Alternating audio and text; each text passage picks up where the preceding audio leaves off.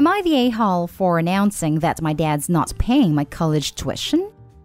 My aunt and uncle are paying for my cousin's college. My dad had a college fund for me, but he had stipulations. Like he wanted nothing below a B for grades and to pre-approve any classes I take, weekly meetings to discuss grades, and a bunch of other stuffs. Which would be fine if you have a normal dad, but mine isn't. My dad has a temper, and I spent 6th to 12th grade stressed out about grades, and being screamed at or grounded over things that sometimes weren't even my fault. Like a teacher not updating online grading, and an assignment being marked missing because of it. And getting my backpack and locker randomly searched by him, for no reasons besides to make sure I'm not hiding anything. So I decided to pay for college myself because 1, not being stressed over getting screamed at, and 2, I didn't feel like constantly worrying that he'd disapprove of a class or a grade and decide not to pay, which I could totally see him doing. I'd rather be in debt than controlled for 4 more years, and I just finished my first year. Well, my family got together on 4th, and, well, sometimes they're nosy. They were talking about my cousin's school, and my uncle looked at my dad and said, "Well, how much is Opie's school costing you?" I said, "What are you asking him for? I'm the one paying for it." Later on, my dad was pissed off and said that it was out of line to say that, and that I embarrassed him. I didn't do it to embarrass him. I was just being honest. He doesn't even know how much tuition is, so he was the wrong person to ask. Am I the a-hole? Now for the top comments. Lol, not the a-hole. I admire you. This 1,000 times. Props to Opie to ditching his dad's toxicity and being his own man. Now his pops has nothing to hold over him, and he can tell him to kick dirt when he does something toxic again, such as being mad about telling his uncle he's paying for his own school. Not the a-hole. So what if he was embarrassed? His emotions are not yours to manage. You just told the truth. Hell, expand on it.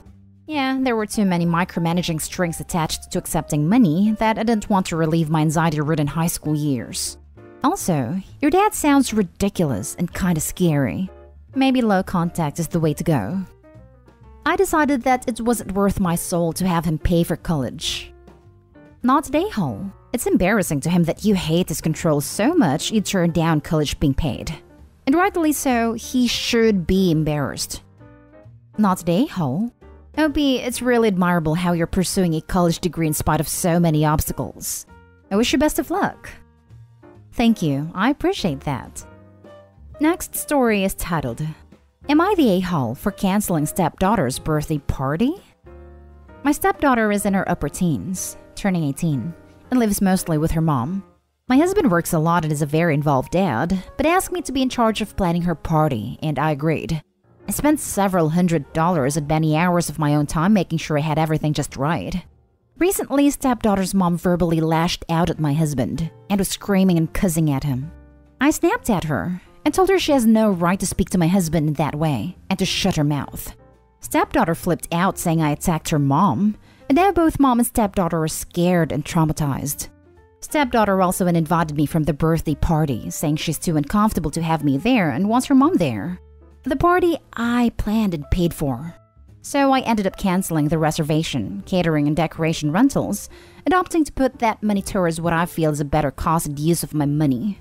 Am I the a-hole for ruining her birthday? Edited to add, stepdaughter was not present for the argument. She heard from her mom that I basically told her to shut up later. My mom drove to our home and was in our driveway screaming and cussing at the top of her lungs. I went outside and told her to shut her mouth because this is our home, and she has no right to speak to my husband in that matter, and I will not tolerate it. 1. Stepdaughter was not a witness to what happened. Mom told stepdaughter later, and apparently mom was so shaken up and upset that stepdaughter can't handle it, and called me to tell me I'm no longer invited to her party or to be any part of her birthday, as my presence would make stepdaughter and her mom feel too uncomfortable to enjoy themselves. 2. The argument was over elaborate gifts for stepdaughter. My mom's family has money, but my husband does not come from a well-off background. My mom wanted/demanded the husband buy stepdaughter over $5,000 in jewelry and tickets to several different concerts, which husband cannot currently afford as we took a hard financial hit over COVID. He told my mom he can't do it, and she came over flipping out that he's a bad dad, and that if he really loved his daughter, he'd find a way to do it no matter what. Not the a-hole. After Opie commented that the daughter and mom got mad because husband could not buy the daughter some expensive things, accused him of not caring, and that if he was a good dad, he would make it happen. That is manipulation. I'll get some downvotes for this, but I don't understand how one screaming match with no physical altercation has traumatized the daughter and by mom. Are they traumatized because dad said no and stepmom spoke up in his defense? I wouldn't let my partner's ex cuss at him and call him a bad father because he couldn't afford some expensive gifts. I wouldn't pay for a party I wasn't invited to either, but that's just me, I guess. Commenting to let you know, Opie said the argument didn't happen in front of stepdaughter, and mom just told her after the fact. So now I'm really confused as to how they were traumatized by this. Can you be traumatized by something you didn't even witness? Stepdaughter is saying she is traumatized by how upset and shaken her mom was when she got home. So basically, she's playing the victim card as hard as possible when she in fact was not in any way? You didn't ruin her birthday. She did. She decided to take sides based on partial information and bit the hand that fed her. Now you get to have a nice chunk of money for yourself and she gets a life lesson. Not a-hole. It's your money, and if she chooses to act like this, then she doesn't deserve a birthday party from you. And she definitely can't invite you from something that you paid for using your own money for that. She can get lost and ask her mom to throw a party for her then for acting like that. This, I'd also like to add, mom screaming at your husband in your driveway is definitely your business. And your stepdaughter isn't a child anymore. She's turning 18. And so many comments are acting like you canceled a 5-year-old's birthday party. Next story. Am I the a-hole for not trying to actively build a better relationship with my stepson? Last year, I, 38 male, married my wife, 40 female, after about 3 years of dating. And she had 2 kids, 17 male and 15 female, from her previous relationship. Going in, when we were talking about tying the knot, I made it abundantly clear that I would love to have a relationship with their sons, but I'm not okay forcing anything, and would just hope that the boys would accept me eventually. At first, my wife wasn't bored with this. The reason I don't want to force the relationship is that 1, I feel that good relationships are built naturally, and 2, I was the kid. And both my mom and dad and step-parents, mom's husband and dad's husband, tried to force me to treat them as parents, and that just made everything implode when I didn't. And to this day, I do not talk to my parents as step-parents, but about 10 years now. Well, anyways, I never tried to force anything. While my wife and I were engaged, I sat down with the boys and said, I won't try to force anything. I'm not trying to replace your dad, as he was a good guy and I miss him too. He was a colleague at work, but unfortunately passed away 5 years back. I had met my wife in a group grief counseling. I was there since my fiancé passed, and we had found solace in having each other in our lives, and life's just weird like that. Didn't even know she was my colleague's wife until she showed me a picture, and her sons are aware of the entire situation. But told them I'll be available if they do want to have more than just a cordial relationship, and they agreed to this. 15 has been more open to us having a relationship, while 17 keeps it completely cordial, as in we're civil towards each other and not at each other's necks. I'd still ask if he wanted to join 15 and me for whatever we were doing, but no hard feelings if not. But now, my wife has become increasingly more annoyed that 17 doesn't want to. The other day, my wife sat next to me and asked me to actively try to build a better relationship with 17, because it hit him especially hard when his dad passed. I said I'll ask him what he wants to do. It's his life and I'm fine with the way things are now. She said that he's just a kid and he doesn't know what he wants, and that I should take him fishing, just the 2 of us, so that we can have a more familial relationship. I again said I'll talk to him and ask if he wants to, but I'm not going to force it. She then got angry at me and said that if you don't try, nothing will happen. I know my kids. He's secretly hurting seeing you and 15 having a good relationship. So I asked if he told her that, and she said no, but still insisted to try more. It's not like I don't try. I still invite him out to ride bikes or whatever, even when 15 is busy. Just the 2 of us, but I just take his no as a no and drop it. I think he's content with how things are right now. I just want some outside perspective. Am I the a-hole? Now for the comments. Not the a-hole. You're doing great. 17 is old enough to know if he wants to be around you, and eventually he may or may not want more.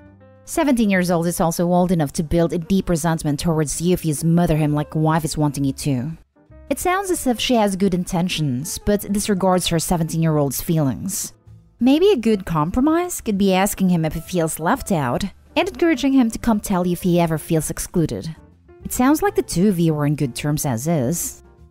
Thank you. Yeah, we're in fairly good terms. Like I'd say common pleasantries like good morning and stuff like that. Just not wanting to join in on like hikes or riding bikes or what have you. But another commenter pointed out that he may generally just not want to, as he is 17 after all. I agree that I should ask if he's feeling left out and encourage him to speak his mind more if he does at any point, and we'll squeeze that in when we get a chance to have a sit down. The only different approach I would take if it was me would be to make sure it's something 17-year-old is into. It might not be you, but the activities you choose. Otherwise, keep doing what you're doing. I think that could work out. Thinking about it, I usually invite him out to do outside activities. He likes to game, like Call of Duty or whatever the hot games are this year. But it's been a hot minute since I last picked up a controller. But I'd be willing to at least try. And hopefully still have the finger dexterity I had when I played games in my youth. Thank you for the suggestion. Not Day-Hole. I think your approach is the healthiest one here. And the 17-year-old is being cordial and civil, so there's not even an issue. I think pushing would ruin the relationship you have now and the possibility for a better one later. And I would truly like it if a better relationship started to form. But yes, I feel like pushing it would do the opposite. It's like when we were kids and the parents would set up playdates. Very rarely do those friendships last in my experience. Maybe it was me if all of them failed. But I stand by what I said near the beginning of the post, that good relationships come naturally. No one needs to be friendly with everybody, so on and so forth. Now for the last story. Am I the a-hole if I let my dad's girlfriend know she can't stay at his house after he died? This past 4th of July, my dad passed away unexpectedly. The death was very traumatic. But it was worse for my sisters and I since we were the ones who found and tried to save him. My dad left the house in our names and wanted us to take care of it since he only bought it for us. Well, about 3 months beforehand, my dad's girlfriend came from Venezuela to live with him since they've been talking for about a year, and this would be the first time they've ever met. After my dad passed away, she has been crying and grieving just like us all, but there are certain things that she has done that has made my sisters and I upset. While viewing the body, she kept saying how he could leave her alone like that after her journey, and that he promised her that he wasn't. Then while my cousins were over to view the house at his room, she locked the room door, took the key, and then left to my aunt's house. I understand that she is grieving the death of the person she loved, but that was my dad, and she's not considering our feelings like that. She has told me that her pain is worse, and I just got offended because she didn't even try to save him. My sisters and I tried to save him, and we had to see him in a way that we never thought would happen. I'm not sure what to do because she is a good person, and my dad loved her very much and was very happy with her. But these little situations make my sisters and I a bit angry. Edit. I wanted to come and address some things. My sisters and I are not kicking her out right away. She can stay and grieve with us because my dad was the love of her life, but we are wanting to know what exactly she has planned. My sisters and I also have been incredibly kind in this situation because he was someone important to all of us. My family members are here helping us with the paperwork and everything. And from what I know, she only asked for a work visa and not for anything marriage related. I don't want to be rude to her, but it's just become something that has happened unexpectedly, and all the financial responsibilities have become my sister's and mine. We are being very considerate, but we just don't want our feelings to be invalidated because of what happened. My family members never saw the house, and my dad just bought it last August. So when I was trying to show them the house, they wanted to see how he did his room because he would always talk to them about it. The only thing that we want is to be able to go and have his shirts because they smell just like him. Not Day-Hole. Honestly, I'd get any valuables and important papers out of the house now as well, just in case. You haven't known her that long, really. Also, if the house is in Opie's and their sister's name, then they have say over the house in my opinion. She can find another place to stay, but shouldn't be around Opie and their sisters because she makes her grief out to be worse than hers. Opie and their sisters found their dad and tried to save him. Opie and their sisters knew him their whole lives and he was their father. The girlfriend only knew him less or just over a year, and from what Opie said, didn't even try to save him. However, grief and shock at something like that can hit people differently, so maybe she just froze. But her reaction to Opie's grief is unacceptable in my opinion. Dismissing someone else's emotions in general is a Nahal move. To make someone's grief seem less than yours is an even bigger one in my opinion, especially onto that grief being related to a traumatic event. Opie, I would do like the original commenter said and get all important paperwork and valuables out of the house. Get friends and understanding/trusted family to help out as well, as more people equals faster clean out. You also may need a lawyer to evict her since she has been living there more than a month or two, although I could be wrong. You definitely want to change the locks once you do get the house though. No a-holes here. Grief isn't measured, nor logical. She moved to a different country where she knew nobody and has now been left alone. Of course she's upset and frightened. Probably not really thinking about how what she says affects others. Give her a bit of slack. That said, you will need to be clear over the next few weeks that your future plans for the house do not include her tenancy. Be gentle but firm, and definitely take legal advice before you say or do anything. Grief brings out the absolute worst in people, as do Reddit comments sometimes. Please be gentle with her and with yourselves. Not a-hole. I don't want to be hard on her because her boyfriend just died and she's grieving, but he's your dad, and she's not being respectful of your grievances at all. Regardless of who tried to save who, it's your house now, and she's crossing boundaries. Telling you that her pain is worse is ludicrous. How can losing your one-year online boyfriend possibly be equal to losing a father? Be nice, be civil, but be firm. If you want her to leave, then ask her to leave.